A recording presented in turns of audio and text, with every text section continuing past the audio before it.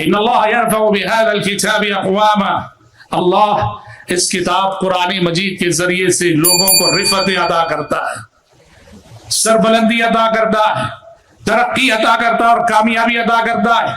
آپ جانتے ہیں کہ قرآن کا علم حاصل کرنے کے بعد رفعتیں کیسے کیسے ملتی ہیں، کہاں کہاں ملتی ہیں؟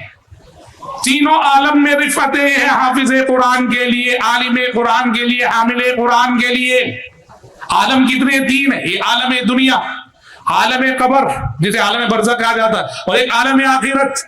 حافظ قرآن کے لیے، عالم قرآن کے لیے، حامل قرآن کے لیے، مجود قرآن کے لیے، ان تینوں عالموں میں رفعتیں ہی رفعتیں ہیں، عزتیں ہی عزتیں ہیں، سربلندیاں ہی سربلندیاں۔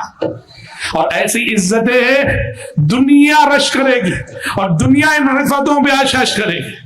دنیا کی رفعتیں کیا ہیں؟ ابھی ہم نے ذکر کیا، یہ بچے امام بنیں گے۔ آپ کو معلوم ہے پیارے نبی کے زمانے میں ایک بچہ امام بنا تھا، ایک بچہ پیارے نبی کے زمانے میں مدینے کے قریب ایک دیہات تھا، اس دیہات میں ایک بچہ امام بنا تھا۔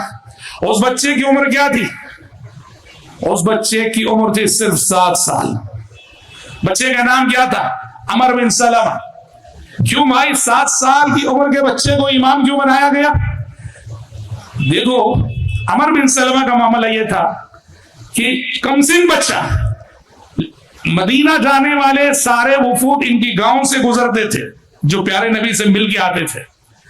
تو جب جو لوگ مدینہ پیارے نبی سے مل کے آتے تھے، یہ بچہ ان لوگوں سے ملتا تھا اور کہتا تھا کہ آپ نے پیارے نبی سے کیا قرآن سیکھا ہے؟ تو وہ کہتا ہے فلاں سورت میں نے سیکھی ہے۔ تو یہ کمسن بچہ عمر بن سلمہ ان سے سن کر وہ سورت یاد کر لیا کرتا تھا۔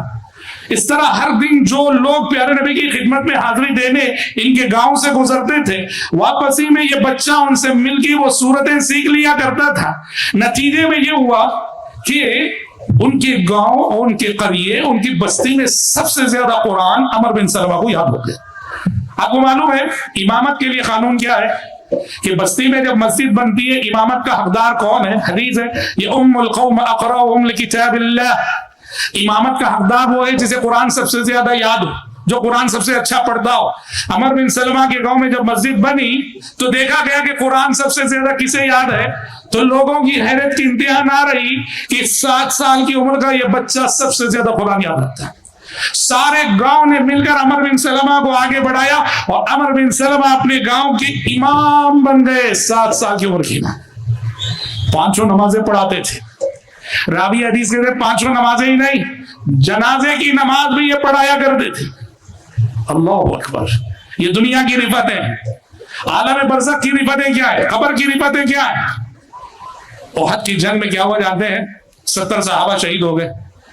اب دوسرے صحابہ بھی زخمی تھے، 70 صحابہ کے لیے 70 قبریں کھودنا دشوار تھا۔ پیارے نبی نے کہا ایک ایک قبر میں 2-2 3-3 لوگوں کو دفن کرتے جاؤ۔ تو اسی ہوا، ایک ایک قبر میں 2-2 3-3 صحابہ شہداء کو دفن کیا جا رہا تھا۔ صحابہ نے پوچھا اللہ کے نبی اب ایک قبر میں 3 لوگوں کو دفن کرنا ہے، سب سے پہلے کسے رکھیں ہم؟ یہ 3 میں سب سے پہلے کسے رکھیں؟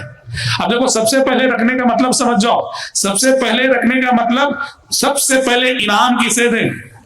کیونکہ ہم دیکھنے والوں کے لیے خبر مٹی کا گڑا ہے، لیکن مرحوم کے لیے، میت کے لیے کیا ہے جانتے ہو؟ ہاں، آپ کا جو 7 اسٹار ہوٹل ہے نا، اس کا بھی آپ تصور نہیں کر سکتے۔ میت کے لیے، مرحوم کے لیے قبر جنت کا محل ہے۔ جنت کی نعمتیں وہاں انتظار کر رہی ہیں، جنت کی نعمتیں اسے بلا رہی ہیں۔ ہمارے لیے جو مٹی کا گڑا ہے وہ جنت کا محل ہے۔ اس لیے صحابہ نے کہا ایک قبر میں 3-3 کو دفن کرنا، پہلے کسے رکھیں؟ پہلے کسے اعزاز دیں؟ آپ نے کہا قدموا اکثرهم قرآنا، کہا کہ دیکھو ان 3 شہداء میں قرآن کسے زیادہ یاد تھا، جسے قرآن زیادہ یاد تھا سب سے پہلے قبر میں ان کو رکھنا۔ عالم برزخ اور عالم قبر کی رفعتیں حافظ قرآن کے حق، اور عالم آخرت کی بات کیا کریں ہم؟ عالم آخرت پیارے نبی نے کہا قاری قرآن سے کہا جائے گا اقرأ وارتقی ورتل كما كنت ترتل في الدنيا فإن منزلتك عند آخر آية تقرأها. روز قیامت حافظ قرآن سے کہا جائے گا پڑھتے جاؤ چڑھتے جاؤ، یہ جنت ہے، جنت کی سیڑھیاں ہیں، جنت کے مراتب ہیں، جنت کے درجات ہیں، پڑھتے جاؤ چڑھتے جاؤ، تمہارا مقام وہ ہوگا جہاں تمہاری قرات ختم ہوگی. اللہ اکبر. 1000 بار رشک کیا جائے اس سعادت پر کم ہے، 1000 بار اش کیا جائے اس خوش نصیبی پہ کم ہے. اپنے بچوں کو ان مدارس میں داخلہ دلا کر اس سعادت مندی کے حقدار بنو.